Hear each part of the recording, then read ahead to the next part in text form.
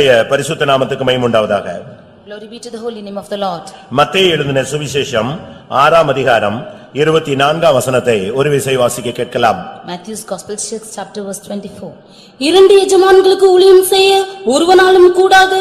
ஒருவனை பகைத்து மற்றவனை சிநேகிப்பான், அல்லது ஒருவனை பற்றிக்கொண்டு மற்றவனை அசட்டை பண்ணுவான். தேவனுக்கும் உலகப் பொருளுக்கும் ஊழியம் செய்ய உங்களால் கூடாது. கர்த்தருடைய பரிசுத்த நாமத்துக்கு மகிமை உண்டாவதாக. Glory be to the holy name of the Lord. ஆண்டவராகிய இயேசு கிறிஸ்து இந்த உலகத்தில் இருந்த பொழுது ஒரு வார்த்தை சொன்னார், இரண்டு எஜமான்களுக்கு உங்களால் ஊழியம் செய்ய முடியாது. When Lord Jesus was on this earth, he said a word, no man can serve two masters. அப்படி இரண்டு எஜமானுக்கு ஒருவன் ஊழியம் செய்தால் ஒருவனை பகைப்பான், ஒருவனை சிநேகிப்பான். If he should so serve two masters, then he will hate the one and love the other. இல்லாவிட்டால் ஒருவனை பற்றிக்கொள்வான், மற்றவனை அசட்டை பண்ணுவான். Or else he will hold to the one and despise the other. ஒரு தேவனுடைய பிள்ளை என்று சொல்லுகிறவனுக்கு ஒரே ஒரு எஜமான் இருக்க வேண்டியது அவசியம். For a child of God, he should have only one master. ஒரு மனிதனுக்கு இரண்டு மனைவிகள் இருந்தால் அவனுடைய வாழ்க்கை எவ்வளவு சீர்குலைந்து போயிருக்குமோ, அதுபோல இரண்டு எஜமானுக்கு ஒருவன் ஊழியம் செய்தால் அவனுடைய வாழ்வும் சீரழிந்து போய்க்கொண்டே இருக்கும். However, a man is having two wives, his life is in disaster, so will a life be in disaster if one is serving two masters. உங்களுடைய வாழ்வின் எஜமான் யார்? Who is the master of your life? உங்களுடைய ஊழியத்தின் எஜமான் யார்? Who is the master of your ministry? உங்களுடைய குடும்பத்தின் எஜமான் யார்? Who is the master of your house? உன்னுடைய தனிப்பட்ட வாழ்க்கையின் எஜமான் யார்? Who is the master of your individual life? உன்னை ஆளுகை செய்வது யார்? Who is ruling over you? யாருடைய கட்டுப்பாட்டிலே நீ இயங்குகிறாய்? In whose control are you functioning? யாருடைய வார்த்தைக்கு நீ அதிகமாய் கீழ்ப்படிகிறாய்? Whose words are you mostly obeying? யாருடைய வழிகளிலே நீ உற்சாகமாய் போகிறாய்? In whose ways are you interestingly walking? உன்னுடைய எஜமான் தேவனாக இருந்தால் உன்னுடைய வாழ்வு இளைப்பாறுதலும் சமாதானமும் நிறைந்ததாக காணப்படும். If your master is God, then your life will be full of peace and joy. ஆனால் இன்றைய தற்போதைய நிலவரம் என்ன? But what is your present state? அநேகர் இரண்டு எஜமான்களுக்கு ஊழியம் செய்கிறார்கள். Many of them are serving two masters. அப்படினால் தான் ஆவியானவர் இந்த வசனங்கள் கொண்டு இந்த காலை வேளையிலே நம்முடைய மத்தியிலே பேச விரும்புகிறார். Therefore the Spirit of God wants to deal with us and speak to us with this verse. நீங்கள் உங்களுக்கு எத்தனை எஜமான்களை வைத்திருக்கிறீர்கள்? With you, how many of you are having how many masters? ஒருவேளை இரண்டு எஜமான்களுக்கு ஊழியம் செய்வது ஆரம்ப காலங்களிலே சாத்தியம் போல தோன்றினாலும் சூழ்நிலைகள் மாறும் பொழுது நீங்கள் சிக்கிக் கொள்வீர்கள். Maybe in the beginning you were able to serve two masters, but when the situations are changing, you will be caught. இரண்டு எஜமானுக்கு நிச்சயமாக ஒருவன் ஊழியம் செய்ய இயலாது என்று இயேசு தெளிவாக சொன்னார். Jesus said, surely no man can serve two masters. இரண்டு எஜமானில் ஒன்று தேவன், மற்றொன்று உலகப் பொருள் என்று சொல்லப்பட்டிருக்கிறது. Of the two masters, one is God and the other is the worldly things. தேவனுக்கும் உலகப் பொருளுக்கும் ஊழியம் செய்ய உங்களால் கூடாது. You cannot serve God and mammon. அருமையானவர்களே, எஜமானாக நீங்கள் யாரை தெரிந்தெடுத்திருக்கிறீர்கள்? Dear beloved, whom have you chosen to be your master? என்னுடைய எஜமான் இயேசு கிறிஸ்து என்று சொல்லுகிறவர்கள் கரங்களை உயர்த்தி ஒரு அல்லேலூயா சொல்லுங்கள். அந்த வார்த்தை உண்மையாகவே கடைசி வரை நீங்கள் கடைபிடிக்க வேண்டிய ஒரு சத்தியமான ஒரு வார்த்தை. That word is true and which you have to carry on till the last. கடைசி வரை இந்த எஜமான் உங்களுக்கு கடவுளாக இயேசுவாக ஆண்டவராக இருந்தால் உங்களுடைய வாழ்க்கை செழிப்பாக அமைந்துவிடும். Till the end, if the master be Jesus, then your life will be full of pleasures. இன்றைக்கு இந்த மார்க்கத்திலே வந்த பின்பு இரண்டு மூன்று எஜமான்களை வைத்துக்கொண்டு வாழ்க்கையிலே முன்னேறலாம் என்று நாம் எண்ணுகிறோம். These days we think that if having two or three masters we can progress in our life. ஒருவன் இரண்டு படகிலே பயணம் செய்ய இயலுமா? Can one travel in two boats? இரண்டு படகிலே ஒருவன் பயணம் செய்தால் என்ன சம்பவிக்கும்? What will happen to a person traveling on two boats? ஒருவேளை கொஞ்ச நேரம் ஒரு த்ரில்லாக இருக்கும். Maybe for some time it is thrilling. ரொம்ப த்ரில்லாக இருக்கும், பார்க்கிறதுக்கு எல்லாருக்கும் சந்தோஷமா இருக்கும், நமக்கும் சந்தோஷமா இருக்கும். ஆனா ஒரு அடி கேப் அது விரியும் பொழுதுதான் நம்முடைய நிலவரம் பரிதாபம் என்பதை நாம் விளங்கிக் கொள்ள முடியும். Maybe in the beginning it is thrilling and the others will be laughing at it, but when it is going away for 1 feet, then you will have what is happening. நீங்கள் தெய்வம் உங்களுக்கு எஜமானானால் தெய்வத்துக்கு நீங்கள் ஊழியம் செய்யுங்கள். If the Lord be your master, then you serve God. இல்லாவிட்டால் நீங்கள் வேற யாரையாவது எஜமானாக நீங்கள் வைத்திருந்தால் அவனுக்கு நீங்கள் போய் ஊழியம் செய்யுங்கள். Or if you have anybody else as the master, you go and serve him. நீ அவனுக்கும் ஊழியம் செய்து இங்கே தேவனுக்கும் ஊழியம் செய்ய உன்னாலே இயலாது. For you cannot serve both God and man. ஒரே நேரத்தில் ரெண்டு பேரும் அழைத்தால் நீங்கள் எங்கே போவீர்கள்? If both of them have left you for one moment, where will you go to? ஒரே நேரத்தில் ரெண்டு பேரிடத்திலிருந்து கட்டளை புறப்பட்டால் யாருடைய கட்டளைக்கு நீங்கள் கீழ்ப்படிவீர்கள்? If both command at the same time, whose command will you obey? ஒரே நேரத்துல இரண்டு பேரும் உங்களோடு இடைப்பட விரும்பினால் நீங்கள் யாருக்கு கீழ்ப்படிய ஆரம்பிப்பீர்கள்? If both of them want to commune with you at the same time, whom will you want to obey?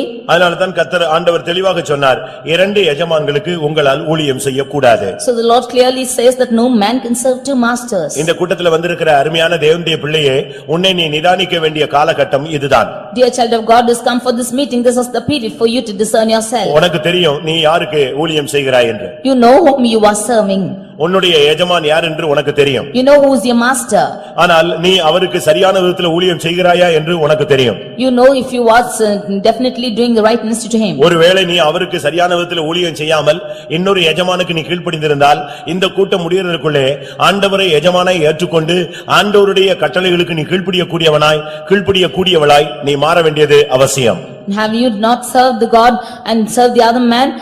In this meeting itself, it is necessary that you decide that you might turn back to God and to serve him alone. மல்கியா முதலாம் அதிகாரத்திலே 6ஆம் வசனத்திலே ஆண்டவர் கேட்கிறார், நான் எஜமானானால் எனக்கு கொடுக்க வேண்டிய கனம் எங்கே, என்னை கனம் பண்ணுகிறவன் எங்கே என்று கேள்வி கேட்கிறார். In Malachi chapter 1 verse 6, the Lord says, if I be the master, where's my fear, said the Lord. அருமையானவர்களே, நாம் தேவனுக்கு ஊழியம் செய்வோமானால் நாம் தேவனை கனம் பண்ண கடமைப்பட்டிருக்கிறோம். If we are serving the Lord, then we have to honor our God. உங்களுக்கே தெரியும் நீங்கள் யாரை பகைக்கிறீர்கள், யாரை சிநேகிக்கிறீர்கள். You know whom you are loving and whom you are hating. கடந்த கால ஊழியங்களிலே வாழ்க்கையிலே நீங்கள் யாரை பற்றிக் கொண்டீர்கள், யாரை அசட்டை பண்ணினீர்கள்? In your past life and ministries, whom did you hold down to and despise? தேவனுக்கு ஊழியம் செய்தீர்களா, உலக பொருளுக்கு ஊழியம் செய்தீர்களா? Did you serve God or serve mammon? நீங்களே உங்களை நீங்களே கேள்வி கேட்டு பாருங்களேன். You ask the question yourself. தேவனை பகைத்தீர்களா, இல்லாவிட்டால் தேவனை நேசித்தீர்களா? Did you hate God or love God? நீங்களே யோசிச்சு பாருங்க. Just think and see. நீங்க யாரை நேசித்தீங்க? கடந்த காலங்களிலே நீங்கள் யாரை நேசித்தீர்கள்? In the past days, whom did you love? ஒரு சிலர்லாம் நேசிக்கிறேன்னு சும்மா லெட்டர்ல தான் போட்டுக்கிட்டே இருப்பாங்க. Some of them in letter they write they love. எழுத்துலதான் நேசிக்கிறேன். ஆனா உண்மையான நேசம் அங்க இருக்கவே இருக்காது. It is only in letter they write that they love, but no true love is found in them. பிரியமானவர்களே, உலக பிரகாரமாக நேசிக்கிறேன் என்ற வார்த்தை அது ஒரு கொச்சையான ஒரு வார்த்தையாக எண்ணப்படுகிறது. The word in worldly terms, love means it is something which is a defrauded word. நீ கர்த்தரை தெய்வமானால் நீ கர்த்தரை நேசிக்க வேண்டும். If you have your God as God, then you should love the Lord. 100% நீ ஆண்டவரை நேசிக்க வேண்டும். You should love the Lord 100%. மறுதலித்து சபித்து சத்தியம் பண்ணி தன்னை விட்டு பின்வாங்கி போய் மறுபடியும் மீன்பிடிக்க போனதான அந்த பேதுருவை ஆண்டவர் இயேசு தேடி வந்தார். Denying, backsliding, and one who denied the Lord came seeking after him. அப்பொழுது அவனை தேடி வந்து அவனிடத்துல கேட்ட கேள்வி என்ன? What is the question the Lord asked Peter? நான் எஜமானானால் என்னை நீ மறுபடியும் நேசிக்கிறாயா? If I be your master, will you love me again? இடை நாட்களிலே நான் உனக்கு எஜமானாய் இல்லாமல் போய்விட்டேன். In the days between, I was not your master. என்னுடைய கட்டுப்பாட்டை நீ இழந்து விட்டாய். You have lost control of me. நீ பின்வாங்கி போனாய். You backslided. சோர்ந்து போனாய். You went faint. நீ என்னை மறுதலித்து விட்டாய். You denied me. ஆனால் இப்பொழுது மறுபடியும் நான் உனக்கு எஜமானாய் மாற வேண்டுமானால் இவர்கள் எல்லாரிலும் நீ என்னை அதிகமாய் நேசிக்கிறாயா? But if you have to be your master back again, will you love me more than all these? அதனால தான் சொல்லி இருக்கிறது, ஒரு மனிதன் ஒருவனை நேசிப்பான், ஒருவனை பகைப்பான். Therefore it is said that one can love one and the other he will hate. அருமையானவர்களே, இந்த காலை வேளையிலே உங்களுடைய நேசம் எங்கே இருக்கிறதோ அவர்தான் உங்களுக்கு எஜமான். Dear beloved, this morning wherever your love is, he is your நீ master. பணத்தை நேசிக்கிறாயா? Are you loving your child? மாம்சத்தை நேசிக்கிறாயா? Are you loving your flesh? இந்த உலகத்திலே பிசாசை நேசிக்கிறாயா? Are you loving Satan in this world? உலகத்தில் உள்ள யாரையாவது நீ அதிகமா நேசிக்கிறாயா? Or are you loving anybody else in this world? நீ யாரை நேசிக்கிறாயோ அவன்தான் உன்னுடைய எஜமானாக இருக்கிறான். Whoever you love, he is your master. யாக்கோபு 4ஆம் அதிகாரம் 4ஆம் வசனத்தை பார்க்கும் பொழுது, In James 4th chapter verse 4, உலக சிநேகம் தேவனுக்கு விரோதமான பகை என்று நீங்கள் அறியீர்களா? Do you not know that the love of the world is enmity to God? ஒரு தேவனுடைய பிள்ளை உலகத்தை சிநேகிக்க ஆரம்பித்தால் அவன் தேவனுக்கு விரோதமானவன் என்று வேதம் சொல்லுகிறது. The word of God says that one who loves the world is an enemy to God. நீ உலக பொருளுக்கு ஊழியம் செய்கிறாயா? உலக பொருளை நீ நேசிக்கிறாயா? Are you loving the things of the world or the things of proclaiming to the world? இன்னைக்கு பாருங்க, ஆராதனையை விட்டு கூட அநேகர் பல இடங்களுக்கு செல்கிறார்கள். காரணம், உலகத்தை அவர்கள் அதிகமாக இந்த ஆராதனையை காட்டிலும் அதிகமாக நேசிக்கிறார்கள். Today leaving the worship, many of them are going to other places. That is because they love the worldly friends more than the worship. இங்க இருக்கிறதுல எத்தனை பேர் கர்த்தரை அதிகமாக நேசிக்கிறீர்கள்? Here the people people among you, how many of you love God more? ஒருத்தரை காட்டிலும் ஒருத்தர் ஆண்டவரை அதிகமாக நேசிக்க வேண்டும். More than everything, man should love God more. நீங்கள் மனைவியை நேசிக்கிறீர்கள், You love your wife, புருஷனை நேசிக்கிறீர்கள், you love your husbands, பிள்ளைகளை நேசிக்கிறீர்கள். you love your children, அது நல்லது. that's good. ஆனால் இவைகள் எல்லாவற்றை காட்டிலும் நீங்கள் ஆண்டவரை நேசிக்கிறீர்களா? But above all this, are you loving your God? அப்படி நேசிக்கும் பொழுதுதான் உங்களுடைய வாழ்க்கையிலே உள்ள போராட்டங்களை நீங்கள் சுலபமாக கடந்து போக முடியும். If you love so, then your problems in your life you can easily overcome.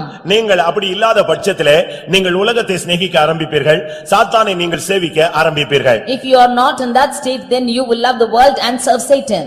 நீங்கள் யாரை நேசிக்கிறீர்கள், யாரை பகைக்கிறீர்கள்? Whom are you loving and whom are you hating? யாரை நீங்கள் கனம் பண்ணுகிறீர்கள், யாரை அசட்டை பண்ணுகிறீர்கள்? Whom are you honoring and whom are you despising? இந்த கேள்விக்கு பதில் உங்களுடைய பகுதியிலே நான் விட்டு விடுகிறேன். I leave the question to yourself. நீங்கள் கடந்த காலங்களில் யாரை அசட்டை பண்ணினீர்கள், யாரை கனம் பண்ணினீர்கள்? You see in the last times as to whom you honored and whom you despised. ஆண்டவரை கனம் பண்ணீங்களா, ஆண்டவரை அசட்டை பண்ணினீர்களா? Did you honor the Lord or despise the Lord? ஆண்டவரை பகைத்தீர்களா, ஆண்டவரை நேசித்தீர்களா? Did you hate the Lord or love the Lord? உங்களுக்கு தெரியும். You know yourself. இதுக்கு இன்னொருத்த வந்து பதில் சொல்ல வேண்டிய அவசியம் கிடையாது. There's no need for another to come and answer this. அப்படி நீ பகைத்து ஆண்டவரை அசட்டை பண்ணினால் உன்னுடைய எஜமான் சாத்தானாக இருந்திருக்கிறான். If you had hated the Lord and despised the Lord, then your master is devil. அருமையானவர்களே, நீங்கள் உலக பொருளுக்கு ஊழியம் செய்யும்படியாக அழைக்கப்பட்டவர்கள் அல்ல. Dear beloved, you are not called to serve the things of the world. நாம் தேவனுக்கு ஊழியம் செய்யும்படியாக, தேவனை எஜமானாய் கொண்டு வாழக்கும்படியாக நாம் அழைக்கப்பட்டவர்கள். We are called to serve the Lord and have the Lord as our master. ஆனா வெளியரங்கமாக பார்க்கும் பொழுது நாம் எல்லாருமே கர்த்தரை நேசிக்கிறது போல வெளியரங்கமாக தோற்றத்தை நாம் ஏற்படுத்திக் கொள்கிறோம். But externally we put an appearance that we are loving the Lord. ஆண்டவரை நேசிக்கிறவர்கள் கைகளை உயர்த்துங்கன்னா உடனே நீங்க எல்லாரும் அல்லேலூயா சொல்லி விடுவீர்கள். If I ask you to put up your hands as to whom thou love, then you will all shout hallelujah. இவங்க எல்லாரிலும் அதிகமா நேசிக்கிறவனா உடனே ஒரு 10 பேர் கையை உயர்த்திடுவீங்க. இவர்களுக்குள்ளேயும் நீங்கள் அதிகமா நேசிக்கிறவர்கள் யாருன்னு கேட்டா உடனே அதுல ஒரு 10 பேர் கையை வைத்திருவாங்க. Even if I ask you amongst all these, how many of you love the Lord more, then even of them 10 will lift their hands. ஆனா உண்மையான நேசம் எங்கே இருக்கிறது? But where is true love? உண்மையான நேசம் என்பது மரணத்தை பார்க்கிலும் வலிது, பாதாளத்தை பார்க்கிலும் கொடியது.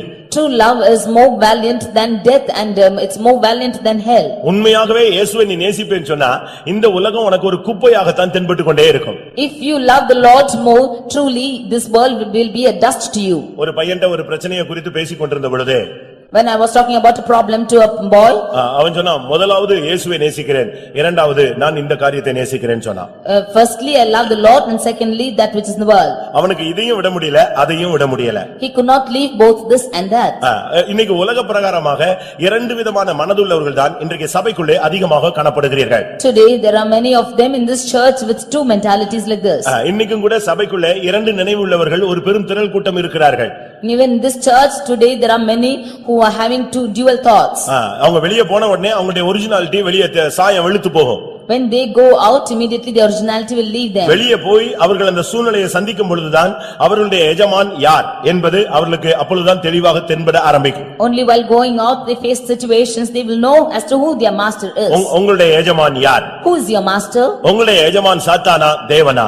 Is your master Satan or God? நீங்கள் ஆராதிக்கிறது தெய்வத்தையா சாத்தானையா? Are you worshipping God or Satan? பிரியமானவர்களே, நீங்கள் சரியா நிதானிக்க வேண்டிய நேரம் இதுதான் என்பதை நீங்கள் புரிந்து கொள்ள வேண்டும். You should understand that this is the right time for you to discern yourself. இன்னைக்கு நம்முடைய மத்தியிலே ரெண்டு கூட்டத்தார் இருந்து கொண்டே இருக்கிறார்கள். Today there are two groups of people in our midst. அவர்கள் ஒரு கூட்டத்தாரே ரெண்டு விதத்திலே கிரியை செய்து கொண்டிருக்கிறார்கள். The one group is working in two ways. 50-50 தான் இன்னைக்கு அநேகருக்கு நடந்துகிட்டே இருக்கிறது. Only 50-50 part is working in everyone. இங்கே இருக்கும் பொழுது தெய்வம் ஆராதனை அல்லேலூயா ஆமென். இங்க இருந்து வெளியே போன உடனே அடுத்த செகண்ட் அப்படியே அடுத்த நாணயத்தினுடைய அடுத்த பக்கம் புரட்டப்படுகிறது. When you are out here, you shout hallelujah, you say praise the Lord, amen and so on. But when you go out, the next side of the coin is shown.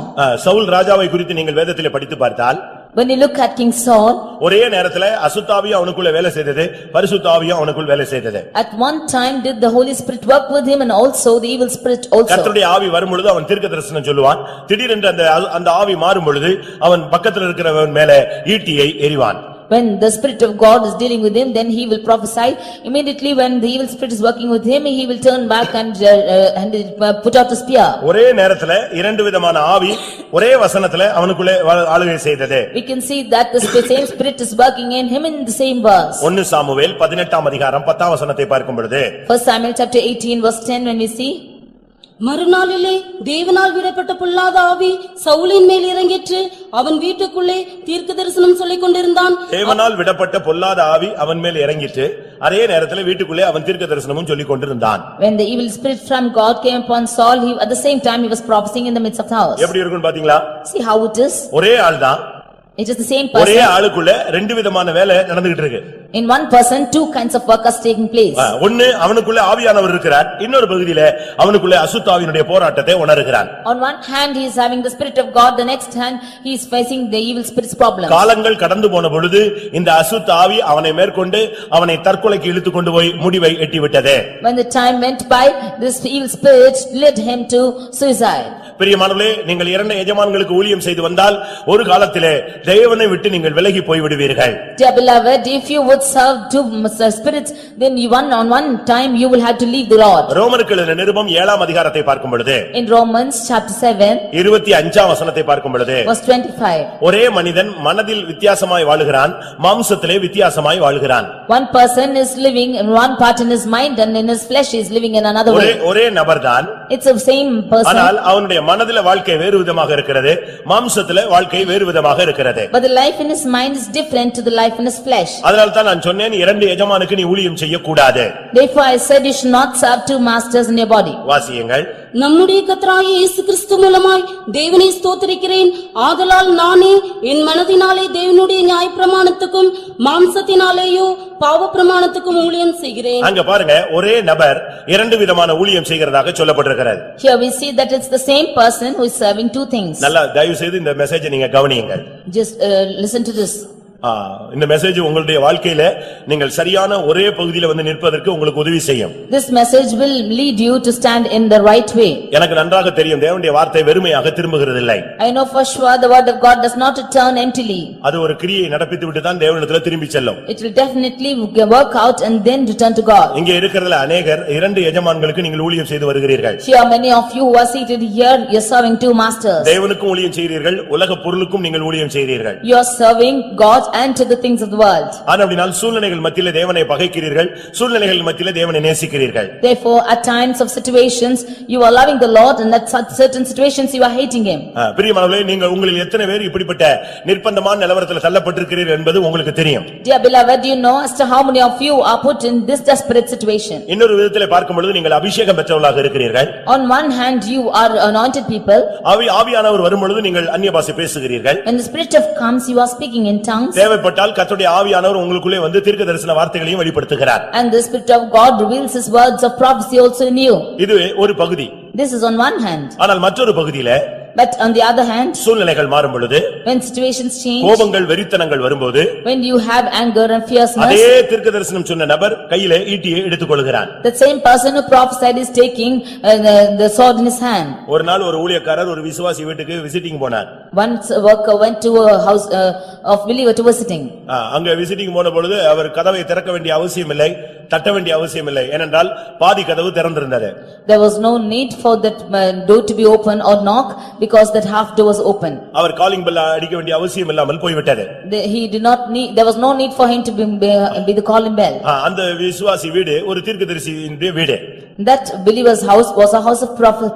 அவர் சபையிலே தீர்க்கதரிசனம் சொல்லக்கூடிய ஒரு நபர். He is a person who prophesies in the church. அதனால உரிமையோடு அந்த ஊழியர் அந்த மீதி கதவை திறந்து விட்டார். Therefore that believer, that worker, he opened that house, that the other door also. அந்த பாதி கதவை அப்படி முழுவதும் திறந்து விட்டார். That half door which was open, he opened it fully. ஏன்னா கதவு திறந்திருக்குன்னு சொன்னா அவங்க கேர்ஃபுல்லா இருப்பாங்க அப்படினு சொல்லி. Therefore they will be very careful if the door is open. இவர் திறந்த அடுத்த செகண்ட் அப்படி சாப்பாடு பிளேட் வந்து இவருக்கு முன்னால விழுந்து அப்படியே தெரிச்சிருச்சு. As soon as he opened the door, that food with the plate came before him and fell upon him. கரெக்ட்டா இவர் வந்து கதவை திறக்கறாரு, அப்படி சாப்பாடு பிளேட் சோத்தோட விழுந்து தெரிக்குது. As he opened the door, this plate full of food just fell before him and spread. என்னன்னு விசாரிச்சா ரெண்டு பேருக்கும் அப்ப உச்சகட்ட தாக்குதல் நடந்துட்டு இருக்கு.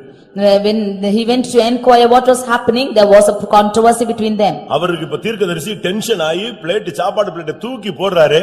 இப்ப பாஸ்டர் உள்ள வர்றாரு.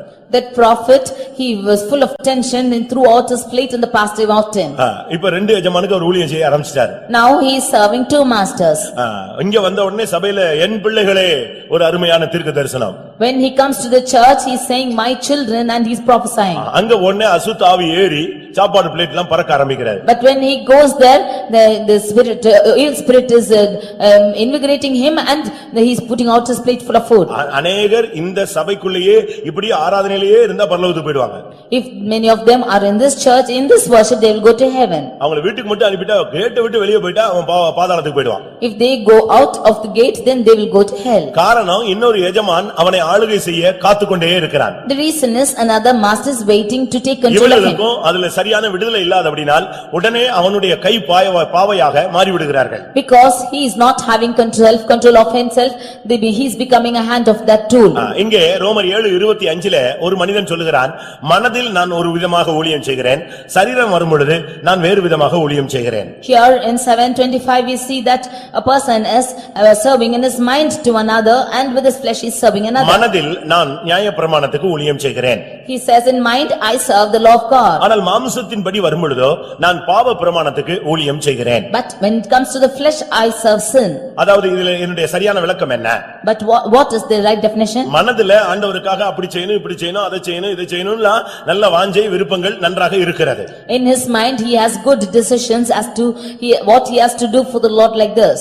ஆனால் But அந்த சூழ்நிலையில போகும் பொழுது when he goes through such situations, அந்த சரீரத்துல அந்த மனதின்படி செயல்பட முடியாமல் தடுக்கப்படுகிறான். he is not able to work with that which is in his mind, in his flesh. அந்த கர்த்தருக்காக ஜெபிக்கணும், அந்த ஜெபம் அந்த நேரத்துல வர முடியல. He wants to pray for the Lord, but he is not able to pray. தன்னை கட்டுப்படுத்தணும், அந்த கோபத்தை கட்டுப்படுத்த முடியல. He wants to control himself, but he is not able to control his anger. சில காரியங்களை தலையிடக்கூடாது, தலையிடாம இருக்க முடியல. In certain things he should not interfere, but he is not able to be without interfering. மாம்சத்துல பாவத்துக்கு அநேகர் ஊழியம் செய்கிறார்கள். Many of them are serving sin in the flesh. குடிக்க மாட்டேன்னு சொல்ற அந்த குடிகாரனை நீங்க படிச்சு உலகத்துல பாருங்கள். When you consider the ones who are drunkards in the world, குடிக்கவே மாட்டேன்னு சொல்லுவான். he will promise he will not drink. கரெக்ட்டா அடுத்த நாள் நைட் பாத்தீங்கன்னா குடிச்சிட்டு வந்து நிப்பான். But next night itself he will be drinking. இனிமே நான் குடிக்க மாட்டேன்னு சொல்லுவான். Now he will say, I will never drink anymore. அடுத்த நாள் நைட் 10 மணிக்கு பாத்தீங்கன்னா அதே ஸ்டைல்ல வந்து நின்னுட்டு இருப்பான். Next night at 10 he will still keep drinking the same style. அந்த விஷயத்துல அவனால வீரனாக இருக்க முடியல, கோழையாக மாறி போகிறான். He is not able to stand against it, but he is becoming coward. அவனுடைய மனதில கர்த்தருக்காக விட வேண்டும் என்கிற ஒரு சிந்தை இருக்கிறது. ஆனால் மாம்சத்திலேயோ அதை மேற்கொள்ளக்கூடிய சக்தி அவனுக்கு கிருபை இல்லை. He wants to leave that in his mind, but he has no grace in his body flesh to overcome it.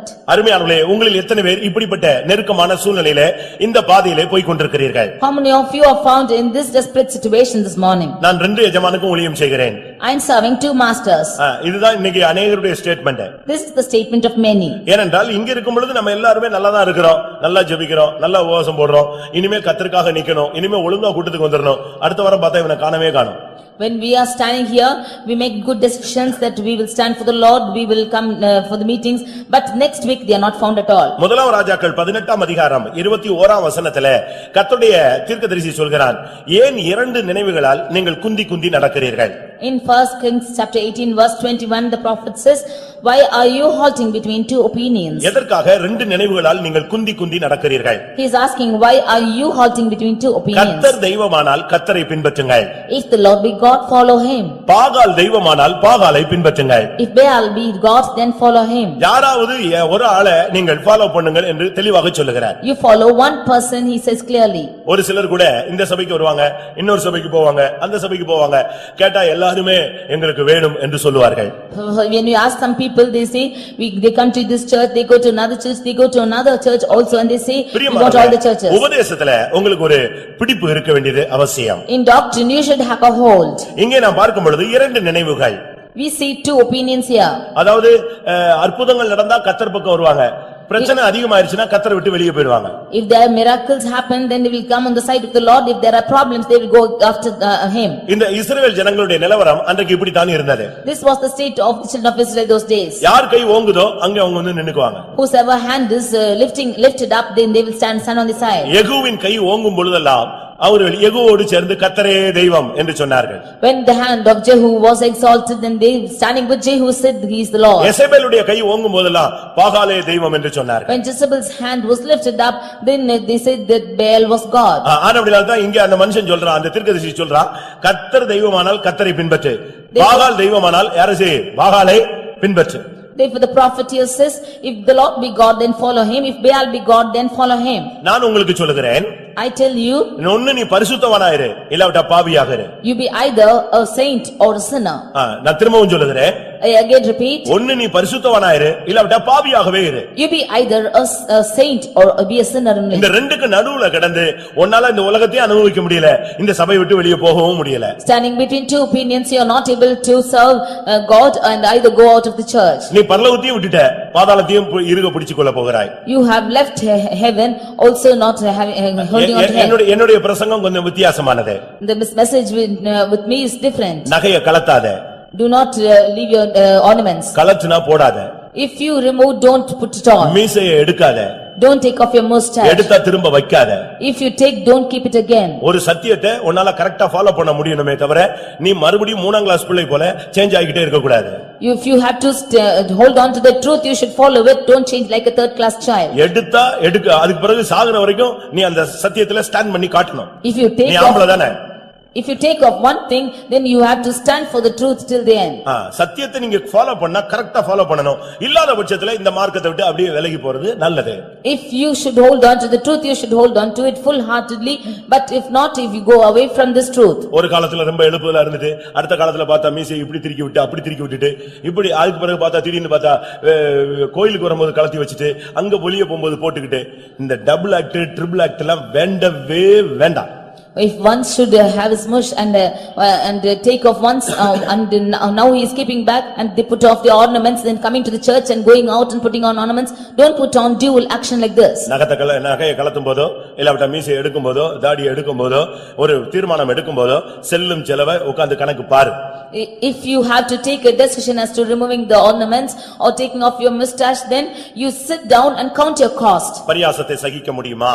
Will you be able to take the despising? புறஜாதிகள் மத்தியில நிக்க முடியுமா? Will you be able to stand before the people of world? சொந்தக்கார மத்தியில ஃபங்க்ஷன்ல நிக்க முடியுமா? Will you be able to stand before the function in the midst of your இந்த லைஃபை உன்னால மெயின்டைன் பண்ண முடியுமா? Will you be able to maintain this rate at any time? நீ உட்கார்ந்து கணக்கு பாரு. You sit down and count the cost. அடுத்து நீ ஒரு முடிவு எடுத்தா சாகுற வரைக்கும் அதே இதுல நிக்கணும். If you take a decision, stand with that decision till the death. நீ இந்த ரூபனை போல தண்ணீரை போல கூடாது, இந்த பைபிளை கையில வச்சுக்கிட்டு தளம்ப கூடாது. நீ You should not be Reuben and stagger in your path. எடுத்ததுல நிக்கணும். அப்போ கர்த்தர் உன் பட்சத்துல இருந்து உனக்கு உதவி செய்வார். If you take, stand by what you take and the Lord will help you. கர்த்தர் தெய்வமானால் கர்த்தரை பின்பற்று, பாகால் தெய்வமானால் பாகாலை பின்பற்று. If the Lord be God, then follow him. If Baal be God, then follow him. இந்த உபதேசம் கரெக்ட்னா இந்த உபதேசத்தை ஃபாலோ பண்ணு, வேற ஒரு உபதேசம் கரெக்ட்னா அதை ஃபாலோ பண்ணு. If this doctrine is correct, then you follow this. If another doctrine is correct, then follow that. உன்னை ஆவியானவர் இங்க நடத்தினார்னா இதே பாதையில போ. ஆவியானவர் உன்னை வேற இடத்துக்கு கொண்டு போனார்னா அந்த இடத்துக்கு நீ போ. If the Spirit of God leads you here, you will be led in this path. If the Spirit of God leads you another path, you go away. இரண்டு நினைவுகளோடு நீ குந்தி இந்த மார்க்கத்துல ரெண்டு எஜமானுக்கு நீ ஊழியம் செய்யாதே. You do not halt between two opinions and serve God and this religion. இரண்டாம் ராஜாக்கள்ல 5ஆம் அதிகாரம் 17-18 வசனங்களிலே நாகமான் தீர்க்கதரிசனத்திலே ஒரு வேண்டுதலை வைக்கிறான். In 2 Kings chapter 5 verses 18 and 19, Naaman the prophet is placing two decisions. என்ன கேள்வி கேட்கிறான் தெரியுமா? You know what the question is? என்னை கர்த்தர் சுகமாக்கி விட்டார். If the Lord has claimed me, கர்த்தர் தெய்வம் என்பதை நான் விசுவாசிக்கிறேன். I will believe that the Lord is God. இனிமேல் நான் சர்வாங்க தகன பலிகளை வேற எந்த ஒரு வல்லமைக்கும் நான் செலுத்த மாட்டேன். I will no more offer burnt offerings to any other power. ஆனால் அதே நேரத்திலே But at the same time, என்னுடைய எஜமான் ரிமோன் கோயிலுக்குள்ளே போகும் பொழுது அந்த விக்கிரகத்துக்கு முன்பாக நான் பணிய வேண்டியிருக்கிறது, வேற வழியே இல்லை, நான் பணிந்தே ஆக வேண்டும் என்று கேட்டுக்கொண்டான். when my master goes between Rimmon to worship, then I have no other go. I have to bow myself in that house of Rimmon. கர்த்தர் தான் உன்னை குணமாக்கிட்டாரு, அவ்வளவுதான். அதுக்கு பின்பு நான் ரிமோன் கோயிலுக்கு போறேன், அம்மோன் கோயிலுக்கு போறேன், இந்த சப்ஜெக்ட்ல நீ பேசவே கூடாது.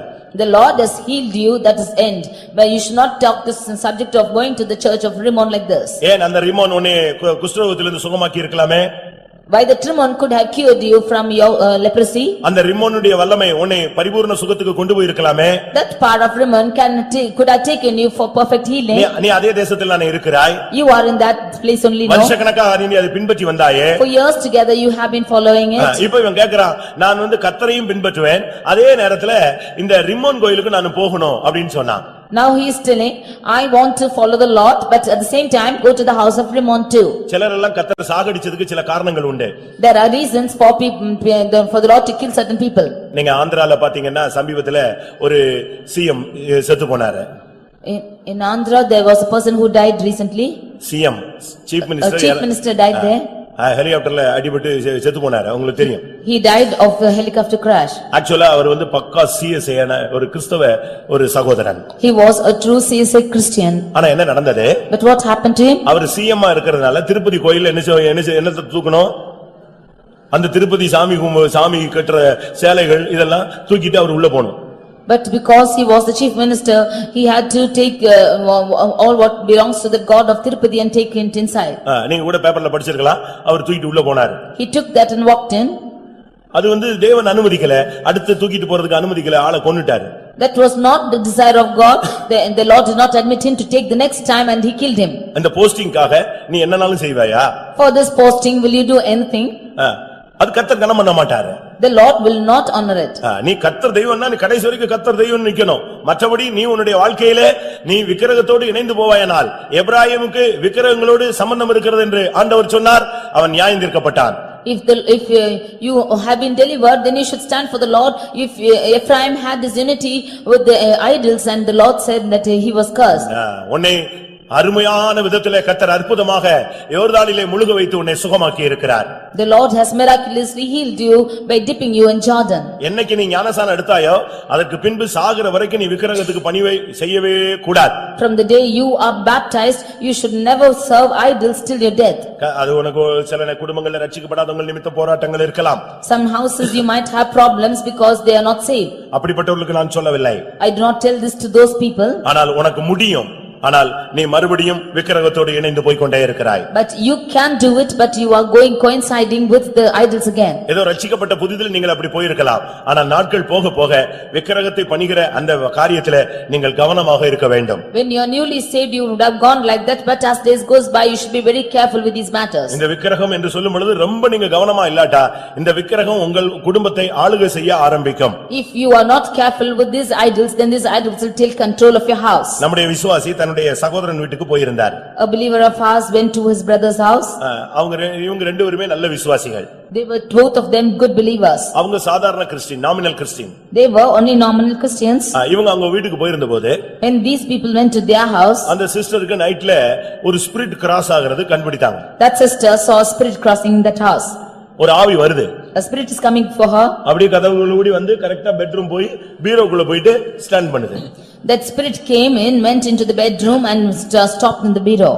திரும்ப அது வெளியே போகிறது. Again it went out. இவங்க அபிஷேகத்துல இருந்ததனால இவங்க அத கண்டுபிடிச்சாங்க. Because she was an anointing, she found that. புருஷன்ட்ட சொன்னாங்க, இந்த உங்க தம்பி வீட்ல ஆவியினுடைய போராட்டம் ஒன்னு இருக்குன்னு சொன்னாங்க. She told her husband that is the trouble of the spirits in her brother's house. அவர் சொன்னாரு, எதையாவது சொல்லி குழப்பி விட்டுறாத, கொஞ்சம் இரு, பொறுமையா இருன்னு சொன்னாரு. He said, don't confuse by telling anything, you be patient. அப்போ திரும்பவும் சொன்னாங்க, இல்ல இன்னைக்கு நான் பார்த்தேன் அந்த ஒரு ஆவி உள்ள வந்துட்டு போகுது. Again I saw today that the spirit is coming and going. கடைசில அந்த சகோதரனை கூப்பிட்டு விசாரிச்சாங்க, உன் பீரோல என்னப்பா வச்சிருக்கிற, நீ கிறிஸ்டியன் ஆச்சே, பிசாசு ஏன் பீரோக்குள்ள போயிட்டு போகுதுன்னு கேட்டாங்க. Finally he asked us to what you have in the bureau, you are a Christian, why is Satan going to that bureau? அப்போ அவர் பீரோல ஒண்ணுமே இல்லையே அப்படினு சொல்லிட்டு இருக்கிற பீரோவெல்லாம் க்ளீன் பண்ண ஆரம்பிச்சிட்டார். He said there's nothing in the bureau and started to clean that bureau. அவர் ஒரு கம்பெனில வர்க் பண்றாரு. He was working in a company. அந்த கம்பெனில ஏதோ ஒரு அவார்ட் கொடுத்திருக்காங்க. That company they gave an award to him. அந்த அவார்ட்ல ஒரு சுரூப படம் இருக்கிறது. In that award is an image of an idol. ஒரு விக்கிரகத்தினுடைய படம். It's an image of an idol. அந்த அவார்ட்ல பின்பக்கத்துல அது இருக்குது. In that award backside of it is found. இந்த விக்கிரகத்தை ஃபாலோ பண்ணி யார் வரா? ஒரு ஸ்பிரிட்டுக்கு உள்ள வீட்ல உள்ள உட்கார்ந்துட்டு பீரோல உட்கார்ந்து போகுது. Following that image, another spirit is walking in and going, still sitting in the bureau and going. அதோட அந்த அவார்டு எல்லாம் தூக்கி வெளிய தூக்கி எறிஞ்சிட்டாரு. எனக்கு வீட்டுக்குள்ள பிசாசே வரக்கூடாது. With that he threw away that award and said that we don't want Satan in the உங்களை house. அறியாமலே உங்களுடைய வீடுகளில் நீங்க விக்கிரகத்துக்கு வழிபாடுகளை ஏற்படுத்தி வைத்திருப்பீர்கள். Unknowingly you might have given way for the idols in your house. கர்த்தர் தெய்வமானால் கர்த்தரை பின்பற்றே. If the Lord be God, then follow God. நீ நாகமான், கர்த்தர் உன்னை சுகமாக்கி இருக்கிறார். மறுபடியும் நீ ரிமோன் கோவிலுக்கு போனால் நீ நியாயம் தீர்க்கப்படுவாய். You are Naaman and the Lord has healed you. If you go back to the house of Rimmon, back to worship him, then the Lord will deal with நீ you. இரண்டு எஜமானுக்கு ஊழியம் செய்ய உன்னால் முடியாது. You cannot serve two masters. யாக்கோபு 3ஆம் அதிகாரம் In James chapter 3, 9 இருந்து 12 வரை நாம் படிக்கும் பொழுது verses 9 to 12, ஒரே வாயிலிருந்து துதித்தல் உண்டாகிறது, அதே வாயிலிருந்து சபித்தலும் உண்டாகிறது. from the same mouth proceeded blessing and cursing. பிரியமானவர்களே, துதித்தலும் சபித்தலும் ஒரே வாயிலிருந்து புறப்படக்கூடாது. From the same mouth should blessing and cursing not proceed. ஒன்று நீ தேவனை துதிக்கிறவனாக இருக்கணும், இல்லாவிட்டா உலகத்தை நீ சபிக்கிறவனாக இருக்க வேண்டும். You should either bless the Lord or you should curse God at the same ஆனா time. இன்னைக்கு என்ன நடக்கிறது? But what is happening? இங்க இருக்கிற வரைக்கும் நல்லா துதிக்கிறோம். அந்த கூட்டம் முடிஞ்ச உடனே நம்முடைய வாயிலிருந்து தாறுமாறான வார்த்தைகள், ஒரே வாய்தான் ஆனா வார்த்தைகள் மாறுகிறது. As long as you are here, you are blessing the Lord with that same mouth, you are pronouncing with different words after the meeting. அப்படியானால் நீ ரெண்டு எஜமானுக்கு ஊழியம் செய்கிறாய். If so, you are serving two masters. நீ ஆண்டவரை துதிக்கிறாய், மற்றொரு பகுதியில இன்னொரு விதங்களிலே மற்றவர்களை சபிக்கிறாய். You are praising, blessing the Lord on one hand and also cursing the others. ஒன்று நீ தேவனுடைய பிள்ளையானால் நீ தேவனை துதித்துக் கொண்டே இரு. சபிக்கிற அந்த ஊழியம் உனக்கு கிடையாது. If you be the child of God, then you keep blessing the Lord, only you have the ministry of cursing. உங்களுடைய வார்த்தைகள் ரொம்ப கவனமாக இருக்க வேண்டும். You should be careful with your words. ஏசாயா 29:13 நாம் பார்க்கும் பொழுது, In Isaiah chapter 23 verses 11, 29ஆம் ஏசாயா 13ஆம் வசனத்திலே பார்க்கும் பொழுது, 29 verses 13, உதடுகளினாலே அவர்கள் என்னை நெருங்கி வருகிறார்கள், இருதயத்திலேயோ அவர்கள் தூரமாக இருக்கிறார்கள்.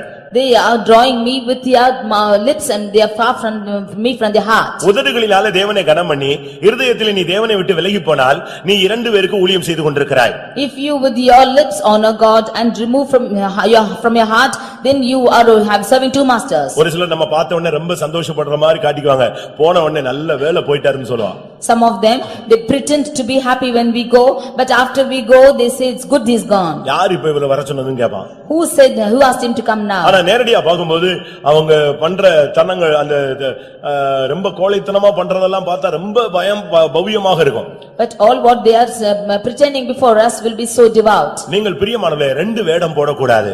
Dear beloved, you should not put two portions on you. நீங்க டபுள் ஆக்ட் பண்ற அந்த பழக்கமே இருக்க கூடாது. You should not have double act at all. இருதயத்துல என்ன இருக்கோ அதே நீ உதட்டுல காண்பி. What you have in your heart you show on your face. எனக்கு துக்கமா இருக்குன்னா துக்கமா இருக்குன்னு சொல்லு. If you are grieved, then you say you are grieved. நீ மேனேஜ் பண்ணி பழகவே பழகாத. You should not put on a fashion. சமாதானம் இல்லாதிருந்தும் சமாதானம் சமாதானம் என்று சொல்லி என் ஜனத்தின் காயத்தை மேல் பூச்சா என்ன செய்கிறார்கள்? பூசுகிறார்கள். Without peace they say peace peace and they put on an open show over their wounds. ஒரு சிலர்லாம் அப்படிதான் தங்களுடைய பிரச்சனைகளை மற்றவங்களுக்கு தெரியக்கூடாதுங்கிறதுல ரொம்ப அழகா மேனேஜ் பண்றாங்க.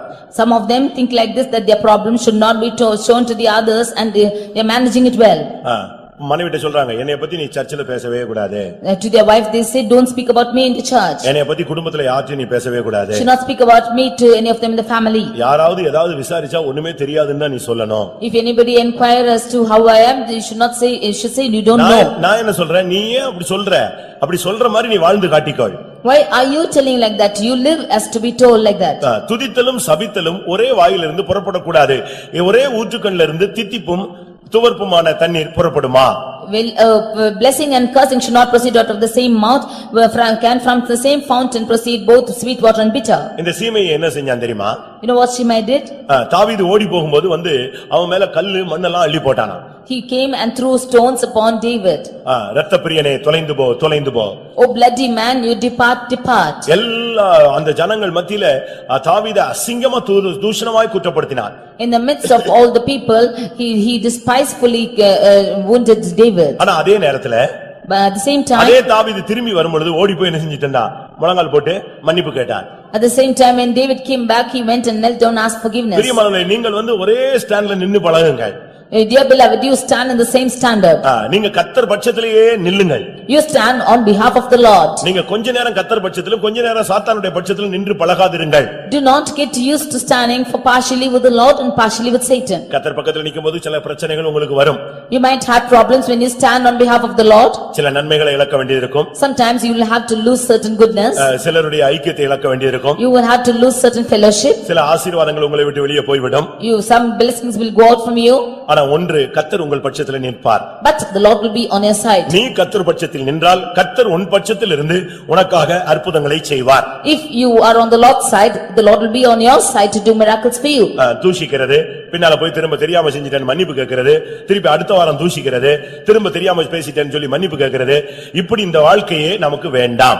Despising and asking forgiveness when that you do not know, and nextly you again deceive and again you ask for forgiveness. This should not happen in this life. உன்னுடைய உதடு எப்படி இருக்கு, உன்னுடைய இருதயம் எப்படி இருக்கிறது? How are your lips? How is your heart? அத தேவன் பார்த்துக்கிட்டே இருக்கிறார். That is what God is looking at. மனுஷன் தான் முகத்தை பார்க்கறான், தேவன் இருதயத்தை பார்த்து கொண்டே இருக்கிறார். For it is man who looks at the appearance, but the Lord looks at the heart. உன்னுடைய உதட்டுல இருந்து நீ எப்படி பேசுறங்கறத கர்த்தர் பார்க்கறது இல்ல, இருதயத்தில இருந்து நீ எப்படி பேசுகிறாய் என்பதை கர்த்தர் பார்த்து கொண்டே இருக்கிறார். The Lord does not see as to how you are speaking from your mouth, but what you speak from your heart. கர்த்தருடைய பரிசுத்த நாமத்துக்கு மகிமை உண்டாவதாக. Glory be to the holy name of the Lord. இரண்டாம் பேதுரு இரண்டாம் அதிகாரத்திலே பார்க்கும் பொழுது 2 Peter chapter 2. இந்த லோத்து அந்த சோதோமை கண்டு துக்கப்பட்டானாம். This Lot was grieved for Sodom. அந்த சோதோமுடைய நாள்தோறும் அவருடைய காமவிகார நடக்கையை கண்டு கேட்டு இருதயத்திலே வாதிக்கப்பட்ட நீதிமானாகிய லோத்து என்று சொல்லப்பட்டிருக்கிறார். We see that Lot was vexed with the filthy conversation of the wicked person of Sodom and Gomorrah. பைபிள்ல சொல்லி இருக்கிறது லோத்து நீதிமான் என்று சொல்லப்பட்டிருக்கிறார். It is said that Lot was a just man. அவன் தவறுகளை கண்டு துக்கப்பட்டான். He was vexed because of their faults. அது ஒரு நல்ல வாழ்க்கை. It is a good living. ஆனா அது போதுமா? But is it sufficient? அவனுக்குள்ள ரெண்டு எஜமான் இருந்தான். He had two masters. ஏற்கனவே ஒரு தரம் அவன் பிடிபட்ட பொழுது அவனை Abraham விடுவித்தான். Already when he was caught, Abraham delivered him. ஆனால் இவன் ஆபிரகாமை பின்பற்றி போகவில்லை. But he did not follow after Abraham. மறுபடியும் அந்த சோதோம் அவனுக்கு ஏதேன் தோட்டம் போல தென்பட்டது. Again the Sodom was like the Garden of Eden for him. கடைசியில் என்ன நடந்தது? What happened lastly? இப்பொழுது அந்த சோதோம் நியாய தீர்ப்புக்கு நேராக கொண்டு செல்லப்பட்டது. Now this Sodom was taken for judgment. இவன் டெய்லி அதனுடைய பாவத்தை பாப்பா இருதயத்தில் துக்கப்படுவான். ஆனால் ஒரு நாளும் அதை விட்டு வெளியே வரமாட்டான். He will see the sin and will be vexed in his heart, but he will never one day come out of it. அது என்ன? What is this? எவ்வளவு நிர்பந்தமான ஒரு வாழ்க்கை. See what a desperate life is this. பாவம்னு உனக்கு தெரியுது. He knows it is sin. அது பாவத்தினுடைய வாழ்க்கைன்னு உனக்கு தெரியுது. He knows that life is sin. இப்படி நடந்து கொள்வது தவறுன்னு தெரிகிறது. He knows that living like this is a sin. இப்படி நடந்தா நியாய தீர்ப்பு உண்டு என்று உனக்கு தெரிகிறது. He knows that there is judgment for this life. கண்டும் கேட்டும் இருதயத்திலே வாதிக்கப்படுகிறாய். You are seeing, you are hearing and vexed in your heart. ஆனா வெளியே மட்டும் வரவே மாட்டான். But never come out of it. பாவம் பாவம்னு சொல்லிட்டே இருக்கிறதல்ல, பாவத்தை விட்டு நீ என்றைக்கு வெளியே வர போகிறாய்? But not to say sin and sin, but when are you going to come out of it? நீ செய்யறது தவறு தவறு என்று ஒத்துக்கொள்கிறாய், ஆனால் என்றைக்கு அந்த தவறை விட்டு நீ வெளியே வர போகிறாய்? You acknowledge that what you are doing is fault, but when are you going to come out of it? தவறு தவறுன்னு சொல்லிட்டு நீ மறுபடியும் அதே தவறுக்குள்ள இருந்தா நீ அதைத்தான் நேசிக்கிறாய், அதைத்தான் சேவிக்கிறாய். If you are saying that it is fault and keep dwelling in it, you are loving and serving that same thing. அருமையானவர்களே, இன்றைக்கு நீங்கள் ரெண்டு எஜமானுக்கு ஊழியம் செய்யறதை நிறுத்தி விடுங்கள். Dear beloved, you stop serving two masters today. கர்த்தர் தெய்வமானால் அவர் எஜமானானால் அவரை பின்பற்றுங்கள். If God be God, then if he be the master, follow him. நீ ஒரு துன்மார்க்கனாய் வாழ்ந்து கொண்டிருக்கிறாய். You are living a wicked life. ஆனா அதே நேரத்தில் நீ பரிசுத்த ஸ்தலத்துக்கு வந்து போய் கொண்டிருக்கிறாய். At the same time you are going to the holy sanctuary. எப்படி இருக்கும் வாழ்க்கை? How is your life? வெளியரங்கமான வாழ்க்கை துன்மார்க்கம். Your external life is wicked. ஒரு இடத்துல ஒரு சின்ன பிரச்சனையானது. There was a problem in a certain place. அப்போ அந்த ஆளு அந்த புதுசா வர்ற ஆள் நான் சிபிஎம் க்கு போறேன்னு சொல்லி இருக்கிறார். A new person said that he is going to CPM. அப்ப இந்த ஆளு பழைய ஆள் சொல்லி இருக்கறா. Then this old person said, எனக்கு சிபிஎம் மூலமாவும் உன்னை டாக்கிள் பண்ண முடியும், உலக மூலமாவும் உன்னை டாக்கிள் பண்ண முடியும். எப்படி நீ எதிர்பார்க்கறன்னு கேட்டிருக்கா. I know to tackle you both in CPM terms and also in the terms of the world. How would you want? நம்ம விசுவாசி ஒருத்தருக்கு சொன்ன டயலாக் அது. It's a believer who is spoken like this. உன்னை சிபிஎம் விதத்துல tackle பண்ணனும்னா பண்றேன், இல்ல உலக பிரகாரமா உன்னை எதிர்த்து நிக்கணும்னா எதிர்த்து நிக்கிறேன், பார்க்கலாம்னு சொன்னான். I can tackle you both in the CPM terms and also in the worldly terms. How is it? அப்ப நீ இந்த சபையில ஒரு துன்மார்க்கனாய் இருந்து கொண்டிருக்கிறாய். So you are a wicked person in this church. நீ இந்த சபையில இந்த சபைக்கு வந்துட்ட பின்பு பரிசுத்த ஸ்தலத்துக்கு வரும் பொழுது நீ பரிசுத்தவானாய் தான் வர வேண்டுமே தவிர நீ துன்மார்க்கமான வாழ்க்கை வாழக்கூடாது. When you are coming to the holy sanctuary, you should live a holy life. You should not be like a wicked person. பிரசங்கி 8ஆம் அதிகாரம் 10ஆம் வசனத்தை பார்க்கும் பொழுது Ecclesiastes chapter 8 verse 10. பரிசுத்த ஸ்தலத்திற்கு போக்குவரவு செய்த துன்மார்க்கனை நான் கண்டேன். I saw a person who walked to the holy place with his wickedness. பரிசுத்த ஸ்தலத்துக்கு இவர் போக்குவரவா இருந்துகிட்டு இருந்தாரா? ஆனா அவர் துன்மார்க்கர்னு பைபிள் சொல்லுது. He was coming and going to the holy place, but he was a wicked man. ஆனா நீ பரிசுத்த ஸ்தலத்துக்கு வரும் பொழுது கொஞ்ச நாள்ல நீ பரிசுத்தவானாய் மாற வேண்டும். When you come to the holy place, then you should become a holy person in a few days. ஆனா பரிசுத்த ஸ்தலத்துக்கு வந்துட்டு இன்னும் துன்மார்க்கமா இருந்து உன்னுடைய ஓட்டத்தை துன்மார்க்கத்துல முடிக்க கூடாது. But coming to the holy sanctuary, you being in your wickedness should not end your life in wickedness. பிரசங்கி 8:10 என்ன சொல்லுகிறது? What does the Ecclesiastes say? பரிசுத்த ஸ்தலத்துக்கு போக்குவரவா இருந்த துன்மார்க்கனை மரித்தான், அவனை அடக்கம் பண்ண கண்டேன் என்று சொல்லி இருக்கிறது. It is said that I saw the wicked buried who had come and gone from the place of the holy. அப்ப இத்தனை வருஷம் நீ இந்த சபைக்கு வந்து இந்த பரிசுத்த ஸ்தலம் உன்னை பரிசுத்தவானாய் மாற்ற இயலவில்லை.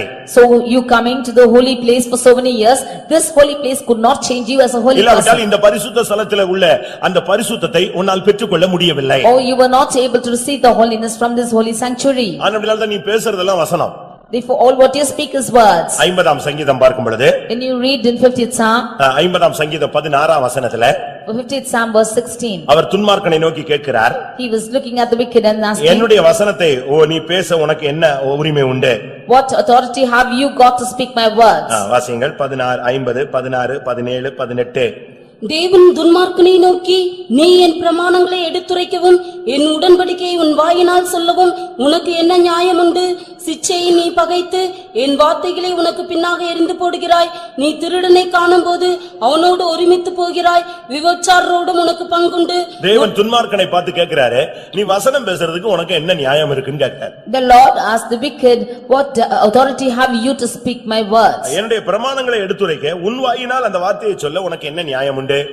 What hast thou to declare my statutes, or shouldest thou take the covenant in the mouth? இந்த சபைக்குள்ள துன்மார்க்கர்கள் இருக்கிறார்களா?